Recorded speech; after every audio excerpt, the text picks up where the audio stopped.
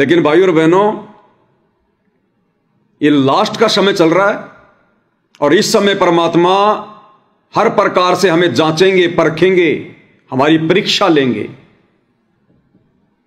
और अगर जरा भी दोष यदि सतगुरु के प्रति आ गया, जरा भी दोष, ये काल दोष ही तो प्रकट करना चाह रहा है, इसका और कोई दाव नहीं लगता। ये काल यही चाहता कि जरा सा दोष सतगुरु में बस इनके प्रति हो जाए, उसी समय इनका काम तमाम कर दूंगा, क्योंकि सतगुरु का पंजा हट जाएगा फिर, और फिर सतगुरु सहायता नहीं करेगा। हमें गुरुदेव ने सुदामा जी की कथा सुनाई ना, जब सुदामा जी 3 मुट्ठी चावल लेकर अपने मित्र श्री कृष्ण जी से मिलने गए, और जब वहां पर 7 दिन रहकर वापस आ रहे थे, तो जब वहां से चलने लगे तो श्री कृष्ण रूप में परमपिता परमेश्वर जी ने पूछा कि मित्र, किसी चीज की कोई कमी तो नहीं है ना? तो सुदामा के मुंह से निकला कि हे भगवान, आपके रहते सहते आपके मित्र को क्या परेशानी हो सकती है, क्या दुख हो सकता है? आपने तो मौज मचा रखी है, मौज। उसके बाद में उन्हीं फटे पुराने नहीं, नए कपड़े सिलवाए थे, उन्हीं कपड़ों को पहनकर, नए कपड़ों को पहनकर सुदामा जी जब वापस आने लगे, तो रास्ते में जो बदमाश लोग थे उन्होंने सुदामा जी को पकड़ लिया, ये सोचकर कि भाई नए नए कपड़े हैं, कोई पैसे वाला आदमी है, पहले इसकी पिटाई करो और फिर इसके पैसे छीनेंगे। तो सुदामा जी की ढंग से पिटाई हुई, ढंग से पिटाई। और जब उन्होंने देखा इसके पास तो फूटी कोड़ी भी नहीं है, तो उन्होंने कहा कि इसके कपड़े निकाल लो। सुदामा जी के सारे कपड़े उतार लिए, सारे कपड़े बिल्कुल निपट नंगा, और शर्माता शर्माता मार पिटाई खाकर जब वापस आया तो रात्रि हो चुकी थी। और जब वो अपने महल के पास में आया, परमात्मा ने झोपड़ी बना दी उससे पहले। उसकी पत्नी उसका इंतजार कर रही थी कि कहीं सुदामा जी भ्रमित ना हो जाए कि यहां तो मेरी झोपड़ी थी, महल कैसे बन गया, कहीं यहां से वापस ना चला जाए। तो उसने महल की छत से देखा कि एक व्यक्ति पेड़ के नीचे छुपा हुआ है। तो वो लालटेन लेके गई, दिया लेके गई। सुदामा जी और पेड़ के पीछे हो गए, क्योंकि नंगे थे, अपनी औरत को पहचान नहीं पा रहे थे,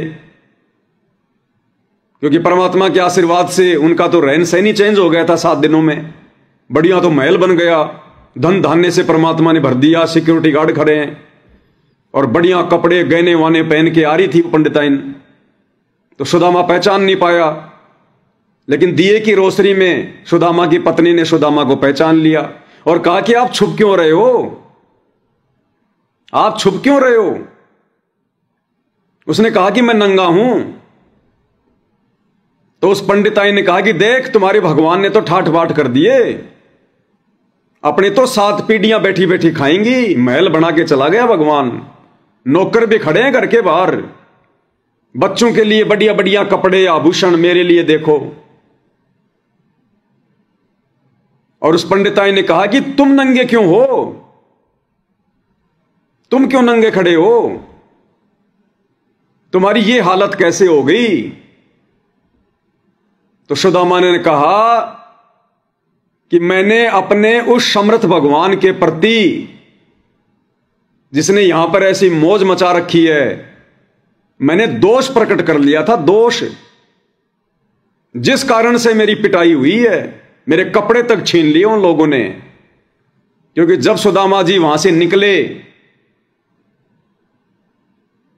तो सुदामा जी के मन में फिर रास्ते में विचार आया, दोष आया कि देख, मेरा मित्र कैसे मेरा मजाक कर रहा था, क्या इसको पता नहीं मेरी हालत क्या है? मेरे फटे पुराने कपड़ों को देखकर, मेरी टूटी टूटी चप्पलों को देखकर, मेरा हाल बेहाल देखकर, क्या इसको इतना भी आभास नहीं कि सुदामा की हालत क्या होगी? और फिर भी पूछ रहा है कि और तो सब ठीक है ना, बाल बच्चे तो सब मौज में है ना, कोई कमी तो नहीं है ना? क्या उसको पता नहीं था? इतना दोष आ गया। और उसी दोष के प्रतिफल में सुदामा की पिटाई हुई रास्ते में।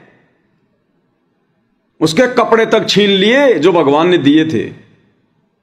तो भाइयों और बहनों, यह गलती इस कलयुग की पिछली पीढ़ी में साथ संगति से जुड़ने के बाद आप और हम भगत भाई बहनों ने शौपन में भी नहीं करनी है। चाहे हमारी पिटाई हो, चाहे हमारे कपड़े फाड़ दिए जाएं, चाहे हमें बेइज्जत किया जाए, चाहे हमारा हंसी मजाक उड़ाया जाए, कुछ भी, आप और हमने अपने गुरुजी के प्रति मन में दोष प्रकट नहीं करना। और यह काल बसंत सैनी के माध्यम से दोष ही प्रकट करवाने आया था। उस दिन मार पिटाई करने के बाद जब वो बसंत सैनी मुकेश दास का मोबाइल छीन ले गया, मतलब चोरी करने से भी ये लोग पीछे नहीं हटे। और मालिक कहते हैं चोरी जारी करते हैं जाके मुंडे खे मानी राख। जो भगत चोरी करते हैं, जारी करते हैं, उनके मुंह में तो ये काल राख ठूसेगा, राख। और दोनों काम किए बसंत सैनी ने। मोबाइल चुराया, उसका वो पर्स चुराया, और साथ में एक लड़की लेके आ गए, लड़की का छेड़खानी का मुकदमा लगवाने के लिए। तो चोरी और जारी दोनों काम किए इसने। और उसके बाद जब उस पुलिस वाले ने फोन किया कि भाई इसके वो कार्ड वार्ड दे दे, नहीं तो ये मुकदमे करेंगे तुम्हारे ऊपर, तो वो बसंत सैनी वो मोबाइल मुकेश भगत जी का और कार्ड लेके आया। और आते ही सांप की तरह बिल्कुल मैंने झुक के आधीनी के साथ में, क्योंकि हम तो भगवान के वचन पर चलने वाले। जैसे वो नजदीक आया, दास ने झुककर कहा, सत्साई भगत जी, प्यार से उसने हल्का सा कहा, सत साहिब। फिर दास ने कहा कि हम भी छोटे मोटे भगत ही होंगे, ऐसा थोड़ी करते हैं।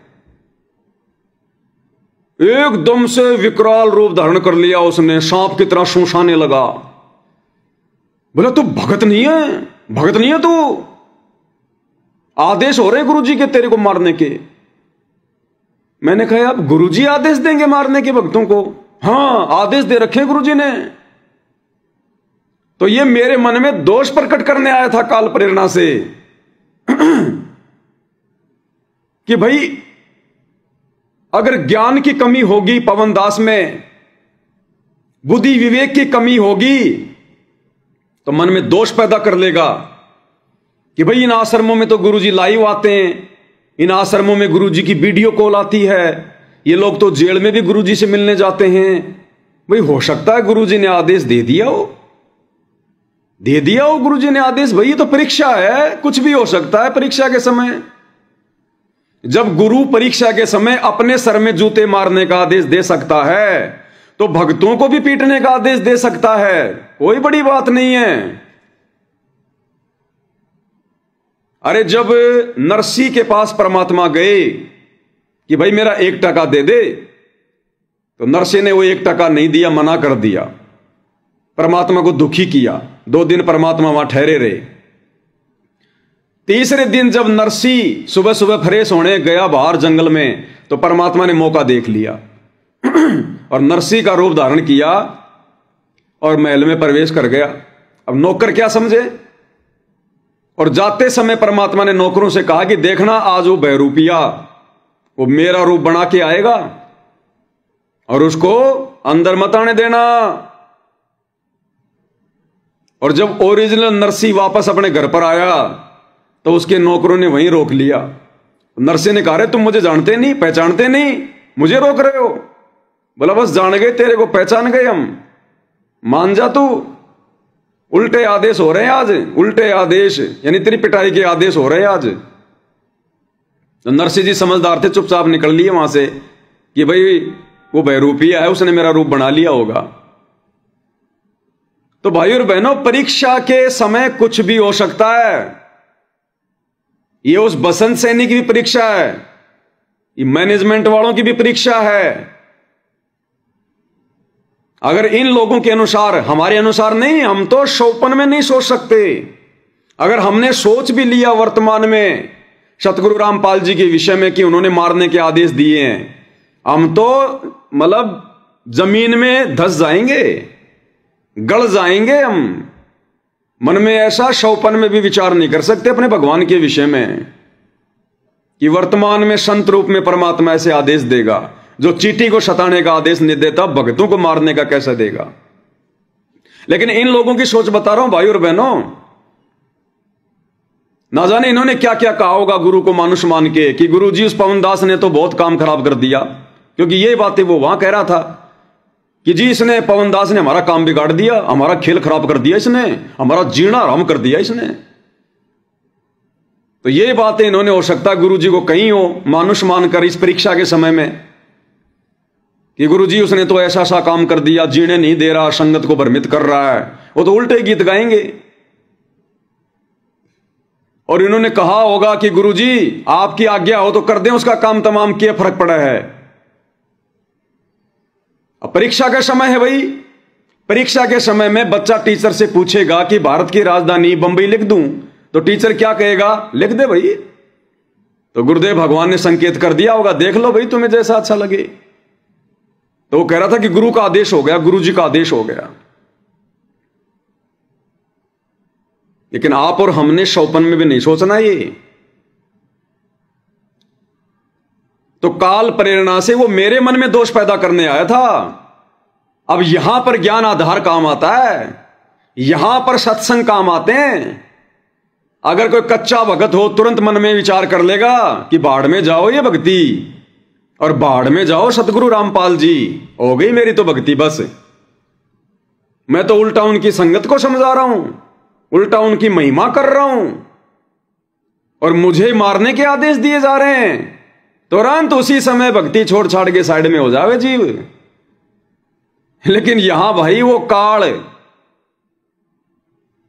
-1,00,000% भी मन में दोष पैदा नहीं कर सकता इस भगवान के प्रति। इस भगवान ने पहले एडी से लेकर चोटी तक 30 साल से दिन रात जो एक की है ना, जो संघर्ष किया है, लोगों की गालियां खाई हैं, लोगों की मार पिटाई सहन की हैं, जो जेल में बैठे परमात्मा, आप और हम आत्माओं को इस आध्यात्मिक ज्ञान में रंगने के लिए कि मेरा आध्यात्मिक रंग इनके ऊपर चढ़ने के बाद दुनिया का दूसरा रंग ना चढ़े। तो ये 30 साल से मेहनत जो गुरुदेव ने की है ना, अब वो रंग ला रही है।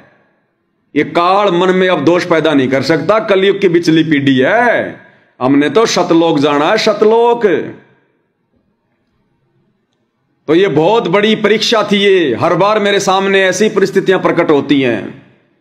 कभी गुरुजी का आदेश बताकर मेरे ऊपर मुकदमा करते हैं, कभी गुरुजी का आदेश बताकर मुझे जेल में डलवाते हैं, कभी गुरुजी का आदेश बताकर मेरा मर्डर करवाते हैं, प्लानिंग करते हैं, षड्यंत्र करते हैं। तो ये परीक्षा इतनी दृढ़ता, यानी जब जब ये घटनाएं घटित होती है ना भाई और बहनों, मुझ पवन दास के साथ में जब जब ऐसी घटनाएं घटित होती हैं, काल प्रेरणा से मेरे विश्वास को डगमग करने के लिए, मेरी भक्ति का सत्यानाश करवाने के लिए, उस समय मुझ पवन दास का उतना ही डबल विश्वास बढ़ता है। मुझे गुरुदेव भगवान के प्रति और डबल दृढ़ता आती है। अब मैंने उसको जवाब दिया नहीं ज्यादा, क्योंकि उस समय उसकी बुद्धि पर काल सवार था। और परमात्मा कहते हैं, कहते को कहीं जान दे, गुरु की सीख तू ले, और शाकट और सवान को उल्टा जवाब ना दे। तो मैंने उस समय कोई जवाब देना उचित नहीं समझा। अन्यथा मैं उसको यह कहता कि भाई बसंत सैनी, तेरे अनुसार अगर गुरु जी के आदेश हो रहे हैं मुझे मारने के, तो भगत के लिए तो गुरु का आदेश सबसे बड़ा होता है संसार में, उसके बाद कुछ नहीं है। अरे नालायक, तूने मुझे मारा क्यों नहीं? एक पुलिस वाले से तू डर गया।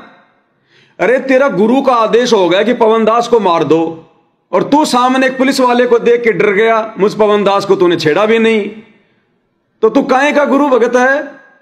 तूने गुरु का आदेश मानना चाहिए था, तू पुलिस वाले को देख के डर गया। तो तू तो ढंग से गुरु के आदेश की पालना भी नहीं कर रहा, तू काहे का गुरु भगत है? गुरु आज्ञा शिष्य लोप जो कर ही, वो तो नरक में जाता है फिर। लेकिन उस समय उसकी बुद्धि पे काल सवार था, दास क्या बोलता। और दूसरी बात, उसकी परीक्षा तो सबकी लेगा भगवान भाई और बहनों, उसकी भी परीक्षा। अगर इन लोगों ने गुरु को मानुष मानकर मेरे खिलाफ उल्टी सीधी बातें बोलकर, अगर जबरदस्ती गुरु से इस प्रकार की यश भी अगर इन्होंने करवा ली है कि ठीक है भाई देख लो तुम्हें जैसा लगे, मारना है तो मार दो, छोड़ना तो छोड़ दो, यह भी उनकी परीक्षा थी। सत्संग में गुरुदेव ने बताया, एक समय नारद जी को विष्णु जी ने कहा। अब भाई और बहनों, जब कोई विशेष उदाहरण, कोई अच्छी घटना पेश करनी होती है तो इन तीनों देवताओं के रूप में कबीर भगवान सतगुरु रामपाल जी खेल खेलते हैं, क्योंकि नारद जी अपने आप को विष्णु जी का परम भगत मानते थे। तो नारद की परीक्षा लेने के लिए परमात्मा जी ने विष्णु रूप में कहा कि नारद, क्योंकि नारद जी कहा करता कि महाराज मैं आपके लिए कुछ भी कर सकता हूं, कभी मुझे आजमा के देख लेना। हालांकि भगत के अंदर ये अहंकार नहीं होना चाहिए कि मुझे आजमा के देख लेना, मैं आपके लिए कुछ भी कर सकता हूं। लेकिन इन नारद जैसों को तो ज्ञान नहीं भाई और बहनों, तत्व ज्ञान नहीं, सतगुरु की परिभाषा का ज्ञान नहीं, भक्ति का ज्ञान नहीं, सतभक्ति का, इसलिए कुछ भी कह सकते हैं। तो नारद जी कहते थे कि भगवान मैं आपका परम भगत हूं, कभी आजमा के देख लेना। तो परमात्मा ने तो उदाहरण पेश करने होते हैं ना। तो विष्णु रूप में परमात्मा ने एक दिन नारद जी से कहा कि नारद, मुझे किसी भगत का कलेजा चाहिए, किसी भगत का कलेजा चाहिए मुझे। तो नारद ने कहा कि भगवान क्यों चिंता करते हो, अभी गया और अभी आया। तो नारद जी आगे पृथ्वी लोक पर और ढूंढने लगे कि विष्णु जी के भगत कौन कौन है, दृढ़ भगत कौन कौन है, पक्के भगत कौन है। और कईयों से बात करी, अंत में सब ने मना कर दिया, क्योंकि वो पृथ्वी पर भी विष्णु जी के झूठे भगत बन के बैठे हुए थे। जब वो समय आया तो सब ने मना कर दिया, बोले जब कलेजा ही दे देंगे फिर हमारे पास में क्या बचेगा, हम तो मर जाएंगे। शाम हो गई, नारद जी को कलेजा नहीं मिला। निराश होके, अथाश होकर शाम को विष्णु जी के सामने पहुंचा और विष्णु जी ने कहा, रे नारद जी लायक भाई कलेजा किसी भगत का। बोले भगवान भक्तों का अकाल पड़ गया, सब झूठ मूठ की भक्ति कर रहे हैं। मैं समझता था कि ये तो बहुत बड़े बड़े भगत होंगे आपके, और भगवान जब मैंने आपका नाम लिया कि विष्णु भगवान एक भगत का कलेजा मांग रहे हैं, सब ने मना कर दिया। भगवान नहीं दिया मुझे तो किसी ने। तो विष्णु जी ने कहा, रे नारद तू भगवान है क्या, तू कौन है। बोला जी मैं भी आपका भगत हूं। अरे जब तू भी मेरा भगत है और मैंने भगत का कलेजा लाने के लिए कहा था और तू चला गया पृथ्वी लोक पर, और फिर तू कहता कि मैं तेरा सबसे बड़ा परम भगत हूं। अरे तू भी तो भगत था, उसी समय तूने अपना कलेजा निकाल के क्यों नहीं दिया। तू काहे का भगत है मेरा, काहे का तू परम भगत है। तो नारद जी को झटका सा लगा कि रो साची बात, भगवान ने मांगा इंसान का जो है कलेजा। अरे मैं भी तो इंसान ही हूं, मैं भी तो भगवान का भगत हूं, भगत का कलेजा मांगा था ना, तो मैं भी तो आपका भगत ही हूं। मैंने उस समय अपना कलेजा निकाल के क्यों नहीं दिया, दूसरे को मारने क्यों चला गया मैं।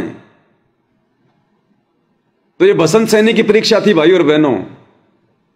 परमात्मा के लिए तो सब भगत एक समान है, एक समान। बाप के लिए सारे बेटा बेटियां एक समान होते हैं। और ये भगत की पिटाई करने के लिए आ गया तो खुद क्या, फिर ये खुद क्या है, राक्षस है या फिर भगवान है, भगत नहीं है क्या ये। भाई और बहनों ये परीक्षाएं, ये इतिहास बन रहा है। साल 2 साल 10 साल 50 साल 1000 साल वाले पिछले उदाहरण जो गुरुदेव हमें देते हैं, उन उदाहरणों को वर्तमान में आप और हम सुनकर, देखकर, समझकर अपनी भक्ति को सफल बना रहे हैं। और वर्तमान में जो ये उदाहरण पेश किए जा रहे हैं, जो ये घटनाएं घटित हो रही हैं, एग्जाम्पल बन रहे हैं ये गुरुदेव भगवान के शतलोक जाने के बाद हजारों वर्षों तक जो इनका भक्ति मार्ग चलेगा, आने वाली आत्माएं वर्तमान समय की घटनाओं से शिक्षा ले लेकर कि भगत कैसे होते हैं, भगत कैसे होते हैं, गुरु पर कितना दृढ़ विश्वास होना चाहिए, भक्ति में कितनी लगन लगानी चाहिए, ये आने वाले समय की आत्माओं के लिए वर्तमान में घटनाएं घटित हो रही हैं। अरे इन दो भक्तों की पिटाई करके बसंत दास जी आपने तो, जब तक ये कलयुग चलेगा भक्ति चलेगी, इन भक्तों का नाम आपने अमर कर दिया, अमर। और गुरुजी की सतलोक वाली लिस्ट में इन दोनों का नाम आपने फाइनल करवा दिया, फाइनल। और आपने अपना नाम हटवा लिया, अपना नाम। दो कैटेगरी होती हैं। एक भगत बेचारा भक्ति करता था, किसी से ज्यादा मेलजोल नहीं करता था, जैसे हम सत्सेवक भाई बहन हैं। ना वो कोई राजनीति करता, ना कोई पाखंड करता, ना बड़े बड़े मंत्रियों की रैलियों में जाता, ना किसी की जयंती में जाता, ना किसी की धर्मशाला बनवाता, अपनी भक्ति करता, मर्यादाओं में रहता। भक्तों का एक ग्रुप था, तो कुछ भगत थे वो गुरुजी से मिला करते थे। कुछ समय बाद एक लिस्ट उसके हाथ में आई और वो भक्तों को बताने लगा और कहने लगा, भाई मेरे पास में लिस्ट आ गई है। ये लिस्ट उन भक्तों की है जो भगत अपने गुरुजी से प्यार करते हैं, जो अपने गुरुजी से दिलो जान से प्यार करते हैं, ये उन भक्तों की लिस्ट है। तो उस भगत ने कहा, जो अकेला रहता था, सत्सेवकों की तरह अपना ज्ञान को आधार बना के, घर को आश्रम बना के जो भक्ति करता था, उसने कहा, भाई बहुत अच्छी बात है, अच्छी बात है, लिस्ट आ गई। तो उस लिस्ट वाले ने कहा कि बताओ इसमें किस किस के नाम हैं। बोले भाई बता दे। तो उसने सारे नाम गिन दिए और कहा, इसमें तेरा नाम नहीं है, इसमें तेरा नाम नहीं आया। ये उस भगत की परीक्षा थी जो अकेला रहा करता था। अगर वो अपने मन में जरा भी दोष पैदा कर लेता कि मैं तो ज्ञान को आधार बना के भक्ति कर रहा हूं, कोई मर्यादा भी नहीं तोड़ रहा, और भाई इस लिस्ट में मेरा नाम क्यों नहीं आया, मैं भी तो अपने गुरुजी से प्यार करता हूं, प्रेम करता हूं, समर्पित हूं। लेकिन उस आत्मा के मन में जरा भी दोष नहीं आया। उसी प्रकार से उसका चेहरा खिला खिला। बोला बहुत अच्छी बात है, हे परमात्मा, दया करी आपने, इतनी आत्माओं पे आपने दया कर दी, मेरे भगत भाई बहनों पे आपने दया कर दी। आपसे तो पूरा विश्व प्यार करे परमात्मा, आप तो ऐसे ही हो। सतगुरु सुंदर रूप अपारा, सतगुरु तीन लोक से न्यारा। आपसे तो कोई निकम्मा होगा जो प्यार नहीं करेगा, और मेरा नाम नहीं आया, कोई बात नहीं, क्या हो गया इसमें। 10-12 दिन बाद में वो व्यक्ति एक लिस्ट लेकर फिर आया उसके पास में और कहा, भगत जी आज दूसरी लिस्ट आई।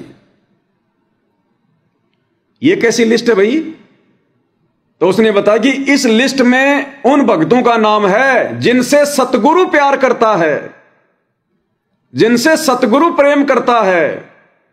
पहली वाली लिस्ट में तो उन भक्तों का नाम था जो अपने सतगुरु से प्यार करते थे, लेकिन इस लिस्ट में उन भक्तों का नाम है जिनसे सतगुरु प्यार करता है।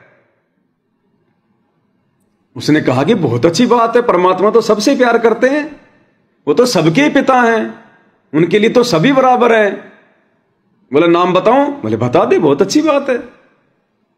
उसने कहा कि भगत जी इस लिस्ट में केवल एक आपका ही नाम है, केवल अकेले आपका ही नाम है इस लिस्ट में, जिससे सतगुरु प्यार करता है।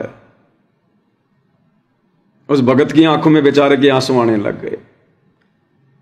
उसने कहा कि भगत जी आप रो क्यों रहे हो, ये तो बहुत खुशी की बात है और आप रो रहे हो। उसने कहा कि मैं रो इस बात के लिए नहीं रहा, मैं रो इस बात के लिए रहा हूं कि जब तू मेरे पास में पहली बार आया था ना,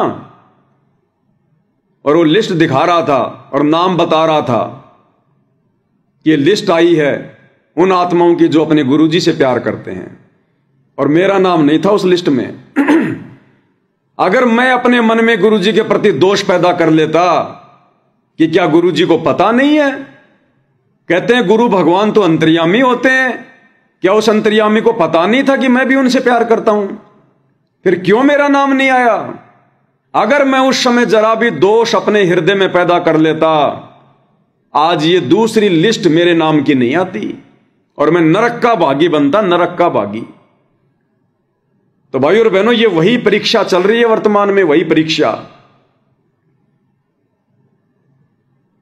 लोग दिखावे में, दुनिया की नजरों में, भक्तों की नजरों में तो ये हो रहा है कि जो भगत इन सतलोक आश्रमों में जाते हैं, गुरुजी के परिवार के अनुसार सारे काम करते हैं, चाहे राजनीति करवा लो, चाहे भक्ति करवा लो, चाहे कुछ भी करवा लो,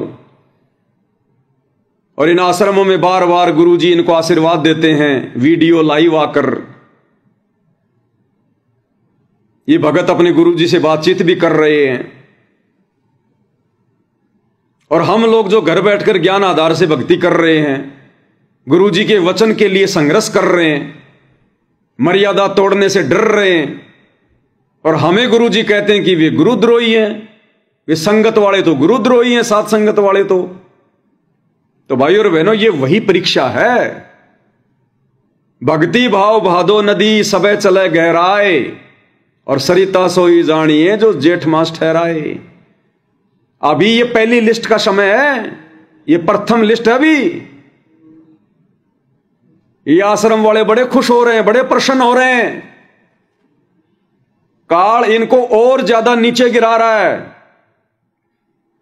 कि ये सत्सेवक तो फालतू में भोगते हैं कि इन आश्रम वालों की मर्यादा टूटी हुई है, स्टेडियम बना दिया, गुरुजी के आदेशों की धज्जियां उड़ा दी, ये तो राजनीति कर रहे हैं, जाटों की धर्मशाला बना रहे हैं, परशुराम की जयंती में जा रहे हैं, सारी मर्यादा तोड़ रहे हैं, गुरुजी ने तो कभी कहा ही नहीं। तो इन आत्माओं के अंदर काल बैठा हुआ है और काल इनको और नीचे गिरा रहा है। और इनके मन में क्या विचार आ रहे हैं? अगर हमारी मर्यादा टूटी होती, अगर गुरुजी हमसे नाराज होते, तो गुरुजी फिर हमें आशीर्वाद क्यों देते हैं इन आश्रमों में लाइव में? काल इनको और नीचे गिरा रहा है। और भाई और बहनों, जब वो फाइनल लिस्ट निकलेगी, जो भक्ति रूपी फसल गुरुदेव ने 1994 से बीजी है, और जब इसका परिणाम आएगा, तब देखना भाई और बहनों, केवल सत्सेवकों का नाम आएगा, केवल सत्सेवकों का, जिनसे सतगुरु प्रेम करते हैं। तब देखना उस लिस्ट में केवल सत्सेवकों का नाम आएगा, केवल सत्सेवकों का। इसलिए भाई और बहनों, यह परीक्षा का समय है, और इस समय हम भाई बहन टूटना पसंद करेंगे। सतगुरु की मर्यादाओं को तोड़ना हरगिज मंजूर नहीं होगा। चाहे अपने घर में, अपने परिवार में, अपनी पत्नी से, अपने पति से, अपने सास ससुर से, माता पिता से संघर्ष क्यों ना करना पड़े। नहीं भक्ति करने दे रहे, घर छोड़ के क्यों ना जाना पड़े। दुनिया भर के काम धंधे दे रखे सतगुरु ने। ये कलयुग है, मशीनरी युग है। कहीं भी किसी कंपनी में, फैक्ट्री में कोई ठेला वाला लगा के मजदूरी करके खा लेंगे, लेकिन मर्यादाओं के लिए कोई समझौता नहीं। आत्म कल्याण के मामले में किसी के आगे झुकना नहीं, कोई लोकलाज नहीं। भाई घर छूटो, चाहे जग रूठो, चाहे रूठो ये संसारा हो। अरे कौन सुनेगा फिर काल लोक में जब गुरु रूठ गया मेरा हो।